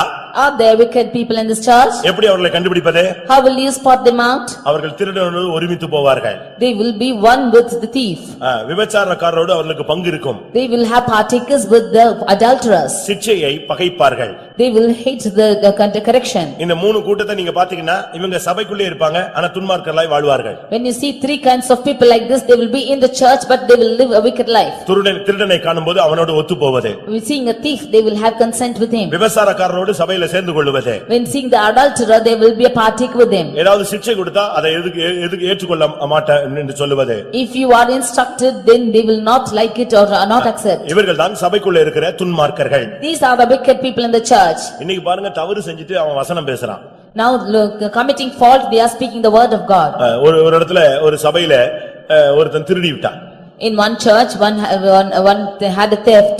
ஒரு சர்ச்சில அந்த சர்ச் வாசல்ல ஒரு கண் தெரியாத ஒரு சகோதரன் எப்பொழுதும் இருப்பார். One blind person was in that doorstep of that church. அவர் ஒரு நல்ல விசுவாசி. He was a good believer. அவருக்கு ரெண்டு கண்ணும் தெரியாது. Both his eyes were blind. அவர் இந்த ஹால் என்ட்ரன்ஸ்ல ஒரு பெஞ்சில எப்பவும் அங்கேயே தான் இருப்பார். He was always be in the entrance of the hall in the bench. இந்த சபையில अनेகர் வந்து காசு வாங்கிட்டு போவாங்க. Many of them will come and give money and go. ஒரு நாள் என்ன நடந்தது? But what happened? அந்த கண் தெரியாத சகோதரன் முடி வெட்ட போய் விட்டார். That blind person went to have his hair cut. நான் அப்ப அந்த சர்ச்சுக்கு எதேச்சியா போயிருந்தேன். I went accidentally to the church. நான் எதேச்சியா போயிருந்து நான் அந்த பெஞ்சில கொஞ்ச நேரம் படுத்திருந்தேன். I went and slept in that bench for some time. இந்த நேரத்துல இந்த காசு வாங்குற ஆள் வந்தாரு.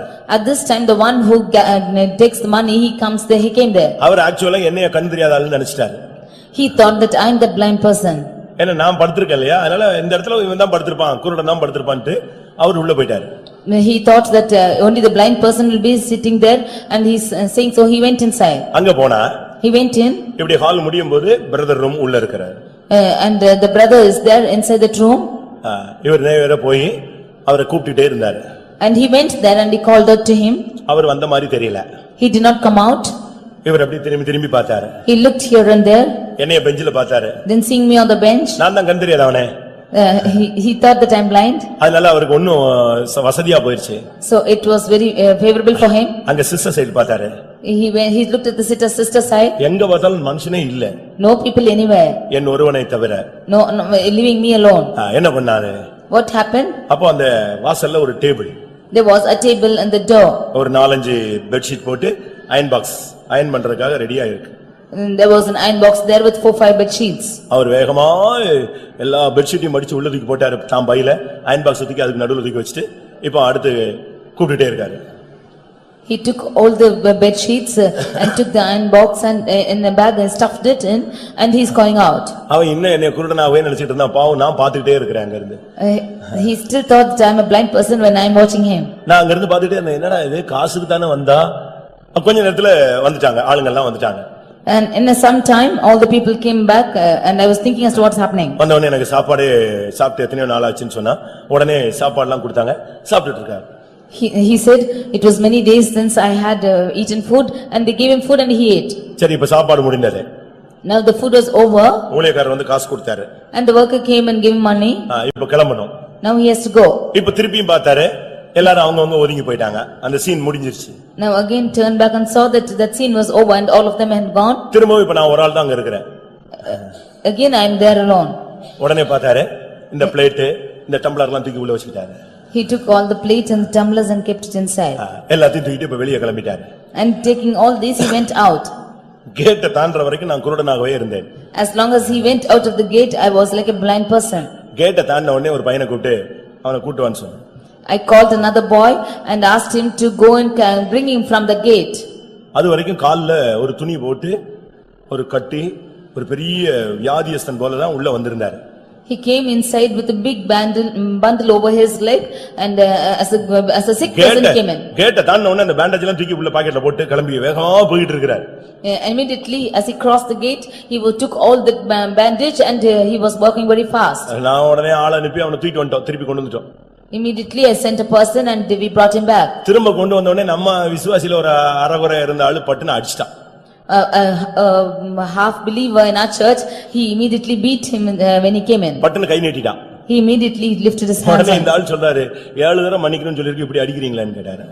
Immediately this person said it is asked to forgive 7 times you are beating me like this. அவன் பாருங்க வசனம் எவ்வளவு கரெக்ட்டா யூஸ் பண்றான்னு தான் உங்களுக்கு சொல்லிட்டு இருக்கேன். See how he is rightly using that verse I'm telling. பிசாசு வசனம் தான் யூஸ் பண்ணுது, திருடனும் வசனம் தான் யூஸ் பண்றான், துன்மார்க்கனும் வசனம் தான் பேசுறான். Satan is using the word of God and even the thief is using the word of God. Wicked is also using the same thing. அந்த விசுவாசி படக்குன்னு அடிச்சிட்டான். அடிச்ச உடனே அவன் சொல்றான் 7 தடவை மன்னிக்கணும்னு சொல்லிருக்கு ஒரு ட்ரிப் தான் அதுக்குள்ள அடிச்சிட்டான் அந்த ஆளுன்னு சொல்லி. அடிச்சது தான் தப்பு. When the believer beat him, he said immediately for 7 times you are asked to forgive, you are beating me like அவன் this. திருடினது, சாப்பாடு கொடுத்த பிளேட்டையே திருப்பி தூக்கி உள்ள போட்டுக்கிட்டது, இதெல்லாம் தவறே கிடையாது. For him to have robbed those things and taking all the plate and keep stuffing it in, it's all wrong. துன்மார்க்கனை நோக்கி என்னுடைய வசனத்தை பேச உனக்கு என்ன நியாயம் உண்டு என்று கர்த்தர் கேட்கிறார். Looking at the wicked, the Lord is asking, why should thou speak the covenant in thy mouth? இரண்டு எஜமானுக்கு தயவு செய்து ஊழியம் செய்யாதிருங்கள். Do not serve two masters. இன்றைக்கு அநேகர் ரெண்டு எஜமானுக்கு ஊழியம் செய்துதான் தங்களுடைய வாழ்க்கையிலே சீர்குலைந்து போய் நின்று கொண்டிருக்கிறார்கள். Today many of them serving two masters, they are desperate in their lives. தேவனுக்கும் ஊழியம் செய்கிறார்கள், உலக பொருளுக்கும் ஊழியம் செய்கிறார்கள். They are serving both God and to the things of the world. மனதில கர்த்தருக்கும் மாம்சத்தில பாவத்துக்கும் ஊழியம் செய்கிறார்கள். In their mind they are serving God and their flesh to sin. ஒரு பகுதியிலே தேவன் என்று சொல்லிவிட்டு மற்றொரு பகுதியிலே விக்கிரகத்துக்கு நீ பணிந்து கொண்டிருக்கிறாய். On one hand they say it's God and they are bowing towards the idols on one hand. ஒரு பகுதியிலே தேவனை துதிக்கிறாய், வெளியே போய் தேவனுடைய ஜனங்களை சபிக்கிறாய். On one hand you are blessing the Lord and the others you are cursing outside. உன்னுடைய உதடு எங்கே இருக்கிறது, உன்னுடைய இருதயம் எப்படி இருக்கிறது? How is your lips and how is your heart? பாவத்தை காண்கிறாய், ஆனால் பாவத்தை விட்டு வெளியே வருகிறதில்லை. You are looking at sin but not coming out of it. நீ துன்மார்க்கமாய் வாழ்கிறாய், ஆனால் பரிசுத்த ஸ்தலத்துக்கு வந்து போய் கொண்டிருக்கிறாய். But living a wicked life you are coming and going out to the holy sanctuary. வெளிப்படுத்தல் 3ஆம் அதிகாரத்திலே பார்க்கும் பொழுது When you read Revelation 3rd அந்த chapter, லவோதிக்கேயா சபையை பத்தி சொல்லும் பொழுது ஒன்னு நீ அனலாயிரு இல்லாவிட்டால் நீ குளிராயிரு.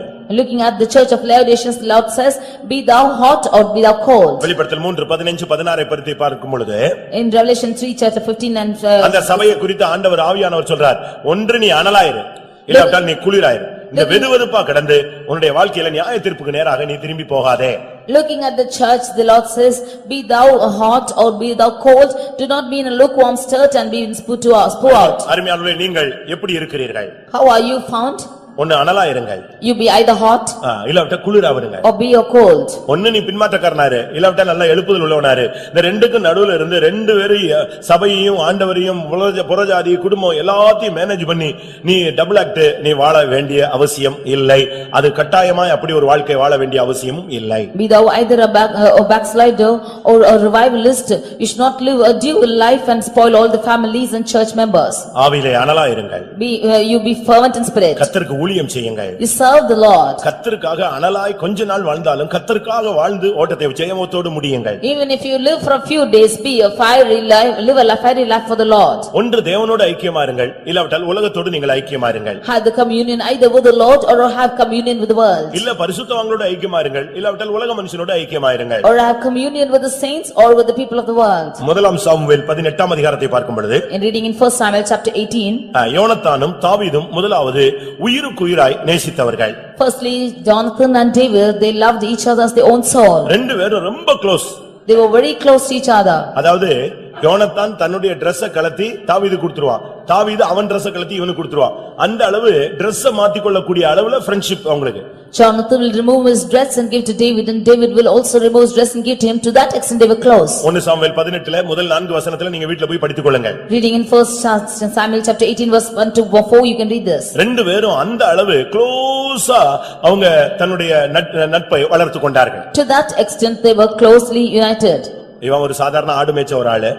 He was an ordinary shepherd. ஆனா அவன் ராஜகுமாரன். But he was a king's son. ஆனா ரெண்டு பேரும் Dress மாத்திக்குவாங்க. But both of them will change their garments. அந்த அளவு ரெண்டு பேரும் ரொம்ப close. To that extent they were close. ஆனா அதே நேரத்துல But at the same time சவுலும் யோனத்தானும் ரொம்ப close.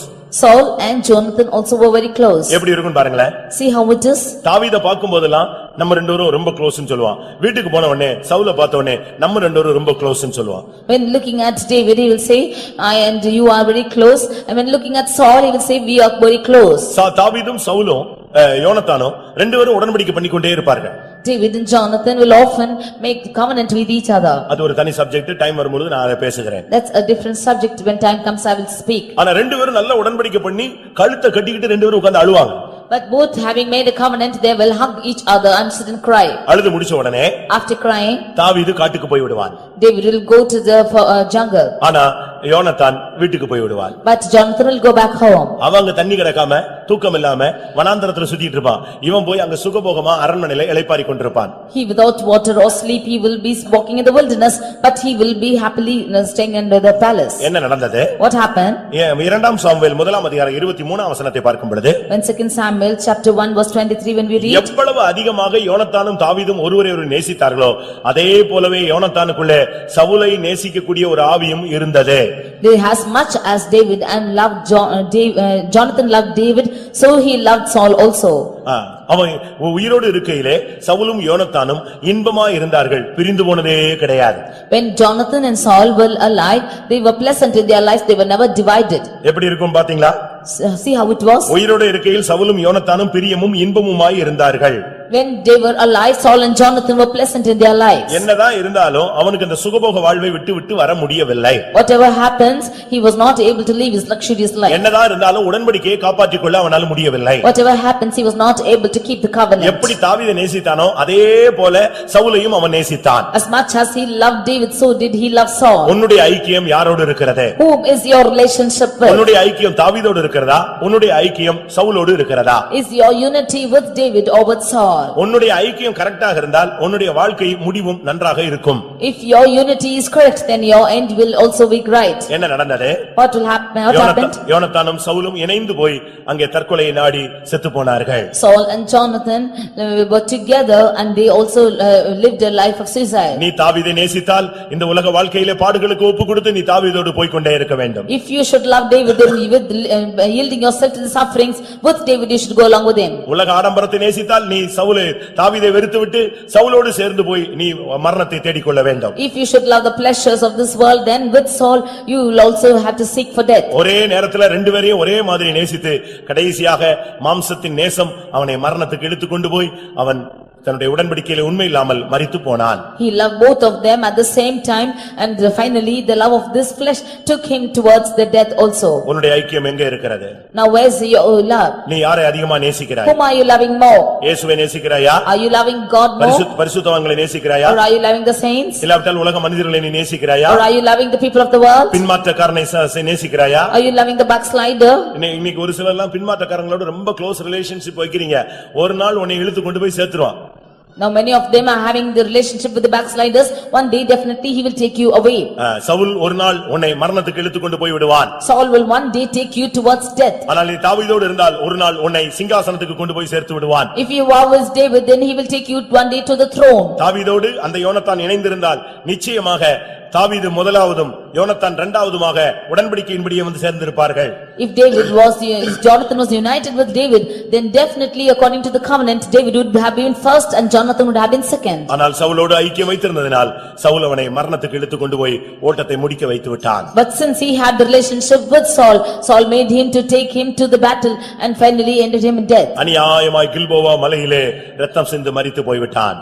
And he had to shed his blood and die. கர்த்தருடைய பரிசுத்த நாமத்துக்கு மகிமை உண்டாவதாக. And glory be to the holy name of the Lord. கடைசியாக Finally, Judas. பிரதான ஆசாரியராகிய மெல்கிசேதேக்கின் முறைமையின்படி பிரதான ஆசாரியராக மாற்றப்பட்ட இயேசுவோடும் அவனுக்கு ஐக்கியம் இருந்தது. அதே நேரத்திலே 30 காசுக்காக இன்னொரு பிரதான ஆசாரியனிடத்திலும் அவனுக்கு ஐக்கியம் இருந்தது. Judas had the relationship with the high priest Jesus. Also he had the relationship for 30 silver coins with the high priest in the world. அவன் பிரதான ஆசாரியரை தேடி போனான். He went seeking for the high priest. அவங்ககிட்ட போய் கேட்டான், எவ்வளவு காசு கொடுப்பீங்க? He asked him as to how many he will pay for him. மத்தேயு 26:14. 26th chapter verse 14 of Matthew. அவன் போய் பிரதான ஆசாரியரிடத்தில் போய் நான் காட்டிக் கொடுக்கிறேன், எனக்கு என்ன கொடுப்பீர்கள் என்று கேட்டான். He went and asked the high priest, I will show you him, what will you give to me? இவன் காட்டிக் கொடுத்த அந்த இயேசு யார்? He who is Jesus whom he show. எபிரேயர்கள் நிருபத்திலே பார்க்கும் பொழுது, when you read in the book of Hebrews, அவர் மெல்கிசேதேக்கின் முறைமையின்படி அவர் நித்திய பிரதான ஆசாரியராய் மாற்றப்பட்டவர். He is the high priest who was after the order of Melchizedek. எபிரேயர் 5:10 மெல்கிசேதேக்கின் முறைமையின்படி பிரதான ஆசாரியர் என்று இயேசு தேவனாலே நாமம் தரிக்கப்பட்டார். In Hebrews 5:10 we say called of God and high priest after the order of Melchizedek was his term. இங்கே யூதாஸ் 2 பிரதான ஆசாரியரிடத்திலே போனான். This Judas went to 2 high priests.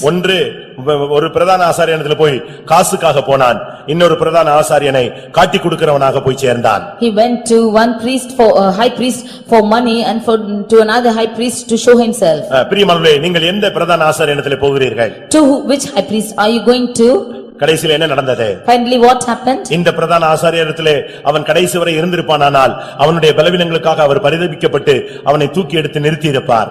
Had he been with this high priest till the last, he would have worried for his weakness and would have lifted him up. ஆபிரகாமின் சந்ததிக்கு கை கொடுத்தவர் நிச்சயமாய் அவனுக்கு கை கொடுத்திருப்பார். He who gave hand for the seed of Abraham would also give hand for him. ஆனால் இந்த ஆசாரியனை விட்டுவிட்டு இன்னொரு பிரதான ஆசாரியனிடத்தில் போய் 30 வெள்ளிக்காசை வாங்கி கொண்டு வந்தபடினால் நான்று கொண்டு செத்தான். But leaving this high priest, because he went to another priest, high priest and got 30 silver coins, he had to be hanged. அந்த பிரதான ஆசாரியன் இவனை ரட்சிக்க கூடாமல் போய்விட்டது. That high priest could not save him. இவன் போய் சொல்றான், ஐயோ குற்றமில்லாத இரத்தத்தை காட்டி கொடுத்துட்டேன்னு போய் கேட்டதுக்கு அவங்க சொன்னாங்க, அது ஓம்பாடு போயிட்டு வான்னு சொல்லி துரத்தி விட்டாங்க. He went to the high priest and said, I have shown the blood which is not to be at fault. They said it's your fault. அருமையானவர்களே, உங்களில் எத்தனை பேர் இன்றைக்கு 2 எஜமான்களுக்கு ஊழியம் செய்கிறீர்கள்? Today how many of you are serving 2 gods? 2 எஜமான்களுக்கு நீங்கள் ஊழியம் செய்ய உங்களால் கூடாது. You cannot serve 2 masters. உங்களுக்கே தெரியும் இதுவரை நீங்கள் யாருக்கு ஊழியம் செய்தீர்கள்? For you know as to whom you have served thus far. ஆண்டவரை பகைத்தீர்களா, ஆண்டவரை சிநேகித்தீர்களா? Did you hate the Lord or love the Lord? ஆண்டவரை பற்றிக்கொண்டீர்களா, ஆண்டவரை அசட்டை பண்ணினீர்களா? Did you hold on to the Lord or despise him? தேவனுக்கு ஊழியம் செய்தீர்களா, உலகப் பொருளுக்கு ஊழியம் செய்தீர்களா? Did you serve God or serve mammon? நீங்கள் கர்த்தருடைய ஆவிக்கு இடம் கொடுத்தீர்களா, அசுத்த ஆவிக்கு இடம் கொடுத்தீர்களா? Did you give room for the spirit of God or for evil spirit? மனதில் ஊழியம் செய்தீர்களா, மாம்சத்தில் ஊழியம் செய்தீர்களா? Did you serve the mind or to the flesh? நீ கர்த்தரை பின்பற்றுகிறாயா, இல்ல விக்கிரகத்தை பின்பற்ற போகிறாயா? Did you follow the Lord or follow the idol? நீ தேவனை துதிக்க போகிறாயா, தேவனுடைய ஜனத்தை சபிக்க போகிறாயா? Are you going to bless the people of God or curse them? பாவத்தை கண்டு துக்கப்படுகிறாயா, பாவத்தை கண்டு வெளியே ஓடி வருகிறாயா? Are you grieved for the sin or coming out of sin? பரிசுத்த ஸ்தலத்துக்கு வந்து போய் கொண்டிருக்கிற பரிசுத்தவனாய் இருக்கிறாயா? பரிசுத்த ஸ்தலத்துக்கு வந்து போய் கொண்டிருக்கிற துன்மார்க்கனாய் இருக்கிறாயா? Are you a holy person coming and going to the holy place, or a wicked person coming and going to the holy place? ஆவிக்குரிய ஜீவிதத்தில் நீ குளிராய் இருக்கிறாயா? இல்லாவிட்டால் நீ அனலாய் இருக்கிறாயா? Are you cold or hot in your spiritual life? நீ சவுலை நேசிக்கிறாயா? நீ தாவீதை நேசிக்கிறாயா? Are you loving Saul or David? பரிசுத்தவான்களை நேசிக்கிறாயா? பின்மாற்றக்காரர்களை நேசிக்கிறாயா? Are you loving saints or the backsliders? சிங்காசனத்துக்கு போகிறவனை நேசிக்கிறாயா? மரணத்துக்கு போகிறவனை நேசிக்கிறாயா? Are you loving the person going to the throne or going to death? இயேசுவாகிய பிரதான ஆசாரியனை பின்பற்றுகிறாயா? இல்லாவிட்டால் 30 வெள்ளிக்காக இன்னொரு பிரதான ஆசாரியனை பின்பற்றுகிறாயா? Are you following the high priest who is Jesus or following the high priest for 30 pence? எல்லாரும் கண்களை மூடுவோம் பிரியமானவர்களே. Let's all close our eyes. உங்களுக்கு நல்ல கேள்விகள் இன்றைக்கு முன்பாக வைக்கப்பட்டிருக்கிறது. There are a few questions kept before you. உங்களுடைய வாழ்க்கையிலே நீங்கள் பல பகுதிகளிலே நீங்கள் கொண்டு செல்லப்படுகிறீர்கள். You are led in your different parts in your life. இந்த வாழ்க்கையிலே உங்களுடைய வாழ்க்கையிலே நீங்கள் யாருக்கு ஊழியம் செய்கிறீர்கள்? Whom are you serving in your life? மறுபடியும் அதே கேள்வி. 2 எஜமான்களுக்கு ஊழியம் செய்ய உங்களால் கூடாது. It is not possible to serve two masters. 2 எஜமான்களுக்கு ஊழியம் செய்ய ஒருவனாலும் கூடாது. It is not possible with any man to serve two masters. ஆண்டவரே நான் உமக்கு ஊழியம் செய்ய விரும்புகிறேன் என்று சொல்லுகிறவர்கள் கண்களை மூடி முழங்கால் படியிடலாம். All those who want to serve God only, then close your eyes and kneel down. இன்னைக்கு நீ ஒரு சரியான தீர்மானம் எடுக்க வேண்டிய ஒரு நேரம் இதுதான். This is the time for you to take your right decision. போதும் நம்முடைய இஷ்டத்துக்கு டபுள் ஆக்ட் பண்ணதெல்லாம் போதும். Enough for the times that when we have double acted. நம்முடைய வாழ்க்கையிலே மறுபடி நாம் தோற்று போனது போதும். Again and again facing defeats, that's sufficient in our life. மறுபடி தேவனை விட்டு விலகி போனது போதும். Enough for departing from the Lord again and again. தேவனை பகைத்து தேவனை விட்டு விலகி தேவனை அசட்டை பண்ணி வாழ்ந்த காலங்கள் போதும். Enough for hating the Lord, despising the Lord and living the life. இனி மனதில் மாத்திரமல்ல மாம்சத்திலும் நீ கர்த்தருக்காக ஊழியம் செய்ய வேண்டும். Not only in the mind but also in the flesh we should serve the Lord. இனிமேல் உன்னுடைய வாயிலிருந்து சபித்தல் வரவே கூடாது. Hereafter there should be no curse found in your mouth. பாவத்தை கட்டு நீ விலகி ஓடிவிடு. You should run away from the sin. பரிசுத்த ஸ்தலத்துக்கு வந்து நீ பரிசுத்தவனாய் மாறிக்கொள்வாயாக. Coming to the holy place, be a holy person. ஆவியிலே அனலாய் மாறுவாயாக. You be fervent in the spirit. தாவீதோடு உன்னுடைய ஐக்கியத்தை வளர்த்துக்கொள். You preserve the spirit with the saints. இயேசுவினால் மாத்திரம் உன்னுடைய ஐக்கியத்தை வைத்துக்கொள். You keep your fellowship with Jesus alone. எந்த விக்கிரகத்தையும் பின்பற்ற மாட்டேன் என்று தீர்மானம் எடுத்துக்கொள். Determine not to follow any idols. ஆண்டவரே உம்மை மாத்திரம் நேசிப்பேன். Lord, I will love you alone. உம்மை மாத்திரம் நேசிப்பேன். Lord, I will love you alone. உம்முடைய வழிகளில் மாத்திரம் நடப்பேன். I will walk in your ways. உம்முடைய கற்பனைகளின்படி நான் செயல்படுவேன். I will do according to your commandments. நீரே எனக்கு தெய்வம். You are my God. நீர் மாத்திரம் எனக்கு போதும். You are all sufficient for me. இந்த வாழ்க்கை மாத்திரம் எனக்கு போதும். Your life is sufficient for me. எனக்கு இரட்டை வாழ்க்கை வேண்டாம். I do not want a dual life. நான் கடைசி வரை உமக்காக நிற்க விரும்புகிறேன். I want to live a life for you alone. உம்மை மாத்திரம் நேசிக்க விரும்புகிறேன். I want to love you alone. உம்மை மாத்திரம் பின்பற்ற விரும்புகிறேன். I want to follow you alone. உம்மை மாத்திரம் சேவிக்க விரும்புகிறேன். I want to serve you alone. என்னுடைய ஓட்டம் முடிகிற வரை நீர் மாத்திரம் எனக்கு எஜமானாய் இருந்தால் போதும். To the end of my race, if you are my master, it is sufficient. ஹalleluya. வாயை திறந்து நான் சொன்ன அறிக்கையை திரும்ப சொல்லுங்கள் பிரியமானவர்களே. ஹalleluya. எனக்கு நீர் மாத்திரமே எஜமான். ஹalleluya. வேற எந்த வல்லமை நான் சேவிக்க மாட்டேன். வேற எந்த வல்லமைக்கு நான் பின்னாக போக மாட்டேன். வேற எந்த வல்லமை நான் கனம் பண்ண மாட்டேன். வேற எந்த வல்லமை நான் நேசிக்க மாட்டேன். எல்லாரும் வாயை திறந்து சொல்லுங்க பிரியமானவர்களே. ஒரு அறிக்கையோடு ஒரு அபிஷேகத்தோடு கூட்டத்தை முடிக்கலாம்.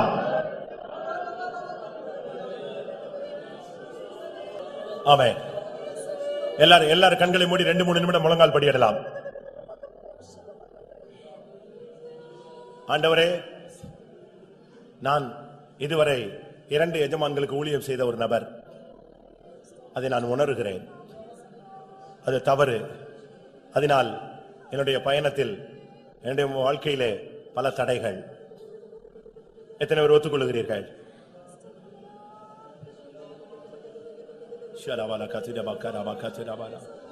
கர்த்தர் உன்னை காண்கிறார். நீ 2 எஜமான்களுக்கு ஊழியம் செய்ததை கர்த்தர் கண்டு உன்னை விடுவிக்கும்படியாக, உன்னை அந்த பிடியிலிருந்து தப்புவிக்கும்படியாக, நீ கர்த்தரையே சேவிக்கும்படியாக, கர்த்தர் உன்னை சரியான பாதையில கொண்டு செல்லும்படியாகத்தான் இந்த ஆராதனைக்கு உன்னை கொண்டு வந்தார். அல்லேலூயா. நீ கர்த்தரையே இனிமேல் சேவிப்பாய். அதுக்குரிய கிருபையை இந்த கூட்டத்திலே கர்த்தர் உனக்கு கட்டளையிடுகிறார். ஆமென். வாயை திறந்து சொல்லு, ஆண்டவரே நீர் ஒருவரே எனக்கு எஜமான். நான் உம்மை மாத்திரம் நேசிப்பேன். உம்மை மாத்திரம் பற்றிக் கொள்வேன். உம்மை மாத்திரம் கனம் பண்ணுவேன். உம்முடைய வழிகளிலே நடப்பேன். அல்லேலூயா. உம்மையே வணங்குவேன். உம்மையே பணிந்து கொள்வேன். வேற எந்த வல்லமையை நான் பணிந்து கொள்ள மாட்டேன்.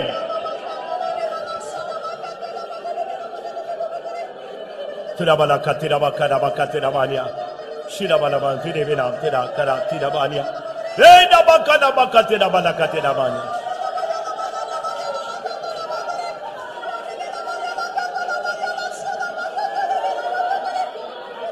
ஹல்லேலூயா ஹல்லேலூயா.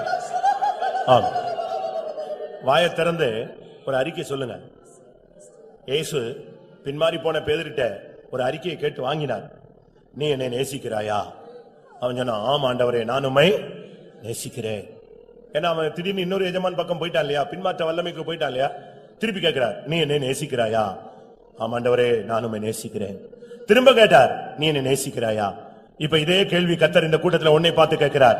வாயை திறந்து சொல்லு, கர்த்தாவே, நான் உம்மை நேசிக்கிறேன், நான் உம்மை பற்றிக் கொள்வேன், நான் உம்முடைய வழிகளிலே ஓடுவேன், நான் வேறு வழிகளிலே போக மாட்டேன், உம்மையே நேசிக்கிறேன். வாயை திறந்து சொல்லுங்க பார்க்கலாம்.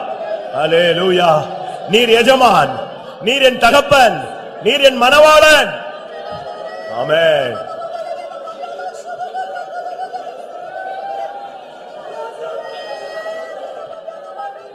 ஹல்லேலூயா ஹல்லேலூயா. ஆமென். ஆம். ஹல்லேலூயா ஹல்லேலூயா. ஈராபாலா காத்திராபானியா.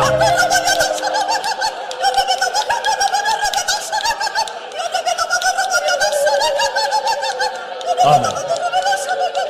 ஆமென். வாயை திறந்து சொல்லுங்க, இயேசுவே, நீர்தான் என்னுடைய எஜமான். ஆமென். நான் உம்மையே நேசிக்கிறேன், உம்மையே பற்றிக் கொள்ளுகிறேன், உம்மையே நான் துதிப்பேன், உம்மையே நான் வணங்குவேன்,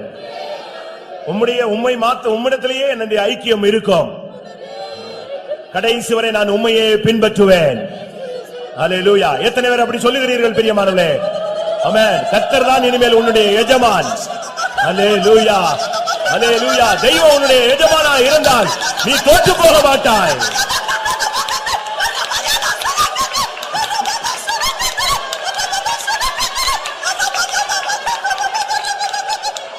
Kadabalia, Kudabalaka, Kudabalaka. Amen. Yorabaka, Kudabalia, Ekarabalaka, Kudabalia.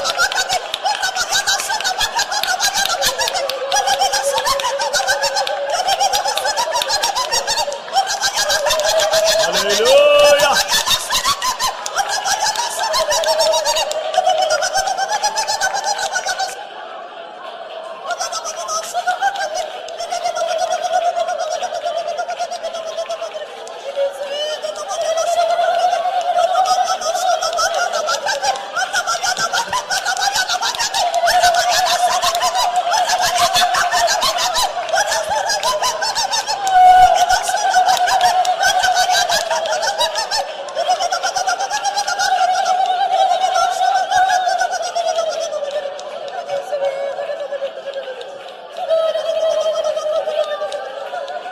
Hallelujah, hallelujah.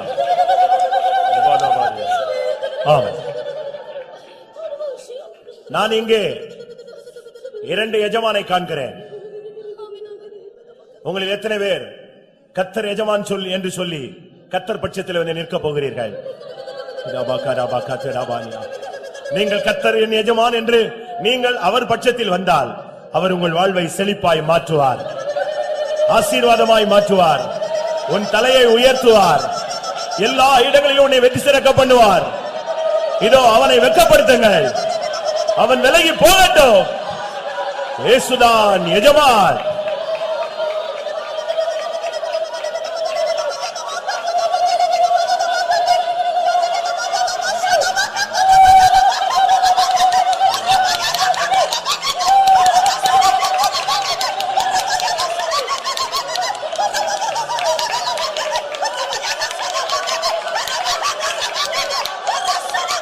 Hallelujah. Amen. எத்தனை பேர் இயேசுவை நேசிக்கிறேன் என்று வாயை திறந்து சொல்லிக் கொண்டிருக்கிறீர்கள்? Hallelujah. உள்ளத்தின் ஆழத்திலிருந்து உங்களுடைய வாயிலிருந்து எத்தனை பேருடைய அறிக்கை உண்டாகி கொண்டிருக்கிறது? உன் சத்தத்தை கர்த்தர் கேட்டுக் கொண்டிருக்கிறார். நேசிக்கிறேன் என்று நீ சொன்னாயே, உன்னுடைய வார்த்தை அவருடைய செவிகளிலே ஏறிக்கொண்டிருக்கிறார்.